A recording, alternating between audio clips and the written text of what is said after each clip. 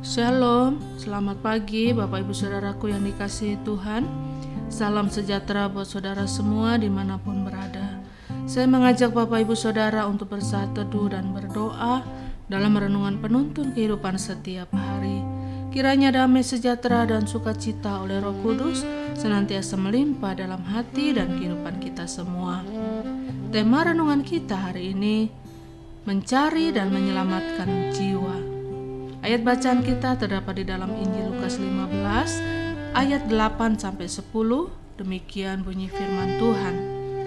Atau perempuan manakah yang mempunyai 10 dirham dan ia kehilangan satu di antaranya, tidak menyalakan pelita dan menyapu rumah serta mencarinya dengan cermat sampai ia menemukannya? Dan kalau ia telah menemukannya, ia memanggil sahabat-sahabat dan tetangga-tetangganya serta berkata, "Bersukacitalah bersama-sama dengan aku, sebab dirhamku yang hilang itu telah kutemukan. Aku berkata kepadamu, demikian juga akan ada sukacita pada malaikat-malaikat Allah karena satu orang berdosa yang bertobat." Bapak Ibu Saudaraku yang dikasihi Tuhan, tentu kita tahu bahwa tugas utama kita sebagai orang percaya adalah mencari dan menyelamatkan jiwa yang terhilang. Jika setiap kita menyadari tanggung jawab kita, yaitu harus mencari dan menyelamatkan jiwa, maka kita akan melihat ada banyak pertobatan jiwa-jiwa terjadi. Banyak orang beranggapan bahwa mencari dan menyelamatkan jiwa hanyalah tugas para pendeta.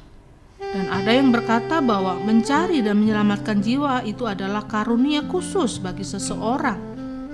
Tetapi pandangan itu adalah pandangan yang salah. Karena perintah agung Yesus berkata, "Pergilah, jadikanlah semua bangsa muridku." Artinya dengan tegas Yesus mau menyatakan bahwa kita semua adalah orang-orang yang dipercaya oleh Tuhan untuk mencari dan menyelamatkan jiwa yang terhilang. Apa sebenarnya syarat untuk mencari dan menyelamatkan jiwa? Jadi dari ayat-ayat bacaan kita hari ini, kita dapat belajar ada beberapa hal yang menarik. Yang pertama, mencari dan menyelamatkan jiwa bukanlah sebuah usaha yang mudah. Mengapa mencari dan menyelamatkan jiwa bukanlah sesuatu yang mudah? Karena setan tidak mau melepaskan jiwa-jiwa tersebut. Ketika saudara mau mencari dan menyelamatkan jiwa, siapa yang saudara cari? Tentu orang-orang yang jiwanya terhilang. Orang-orang yang terikat dengan mabuk, perzinahan, terikat dengan obat-obatan dan sebagainya. Orang-orang itu adalah orang-orang yang masih hidup di bawah cengkraman iblis. Tahukah kita bahwa orang-orang yang masih terikat dengan berbagai dosa dan kejahatan itu adalah orang-orang yang sedang diikat dan dicengkram oleh kuasa kegelapan? Dan ini bukan hal yang mudah untuk kita dapat melepaskan dan membawa mereka pada pertobatan. Karena setan akan terus membelenggu hidup mereka, dan setan tidak mau membiarkan mereka diselamatkan. Karena itu tugas kita bukan hanya bersaksi, tetapi tugas kita juga harus menghadapi peperangan rohani, melawan segala bentuk kuasa setan yang coba menghalangi seseorang untuk bertobat. Dan yang kedua, pelajaran apa yang dapat kita terima? Yaitu mencari dan menyelamatkan jiwa membutuhkan kerja keras dan kecermatan. Ketika seseorang menolak kesaksian kita, itu bukan berarti bahwa Allah tidak bekerja. Tetapi kalau seseorang menolak kesaksian kita, berarti setan sedang coba membelenggu orang tersebut supaya tidak diselamatkan oleh kuasa Yesus melalui kesaksian kita. Karena itu tugas kita sebagai orang percaya dalam mencari dan menyelamatkan jiwa, kita harus sadar bahwa kita harus bekerja keras, cermat, sabar dan tekun. Ada tantangan apapun, tetap maju dan minta kepada Tuhan kekuatan. Dan yang ketiga, mencari dan menyelamatkan jiwa harus dengan sukacita. Ayat 9 dan 10 di situ dijelaskan. Mencari dan menyelamatkan jiwa tidak bisa kita lakukan dengan amarah, kebencian atau kekerasan. Karena hal itu akan membuat kita lelah dan tertekan.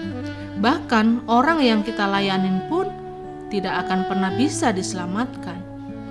Jika mencari dan menyelamatkan jiwa kita jalani dengan sukacita, maka kita akan melihat hasil yang luar biasa. Karena itu Bapak Ibu Saudaraku yang dikasihi Tuhan, ingatlah bahwa Yesus datang bukan untuk orang benar, tetapi Yesus datang untuk mencari dan menyelamatkan yang hilang. Dulu kita adalah orang-orang yang terhilang, tetapi saat ini kita bersyukur karena kita telah diselamatkan oleh darah Yesus. Karena itu sekarang kita juga harus bekerja keras dengan meminta kekuatan dari Tuhan, minta hikmat dari Tuhan untuk mencari dan menyelamatkan jiwa-jiwa yang terhilang. Amin. Mari kita berdoa. Terima kasih Tuhan Yesus buat pelajaran penting yang kami terima lewat firman-Mu hari ini yang kami jadikan sebagai penuntun dalam hidup kami. Tuhan, dari ayat bacaan yang kami pelajari hari ini, kami mau belajar untuk kami memiliki beban untuk setiap jiwa-jiwa yang terhilang. Bahkan kami memiliki beban untuk terus kami memberitakan Injil-Mu kepada siapapun, terutama kepada keluarga kami, kepada lingkungan kami, orang-orang dekat kami yang Tuhan percayakan ada di sekitar kami. Tuhan, pakai kami Bapa, urapi kami dengan kuasa-Mu, hikmat-Mu Tuhan. Berikan kami kepekaan, berikan kami kecermatan, dan Tuhan pakai kami dengan kecakapan yang dari Tuhan untuk kami dapat memberitakan Injil Tuhan, untuk kami bersaksi kepada setiap orang, sehingga lewat kesaksian kami Tuhan ada banyak orang boleh mengenal kasih Tuhan. Tuntun kami sepanjang hari ini, pakai kami Tuhan lewat firman-Mu. Di dalam nama Tuhan Yesus kami berdoa, haleluya, amin.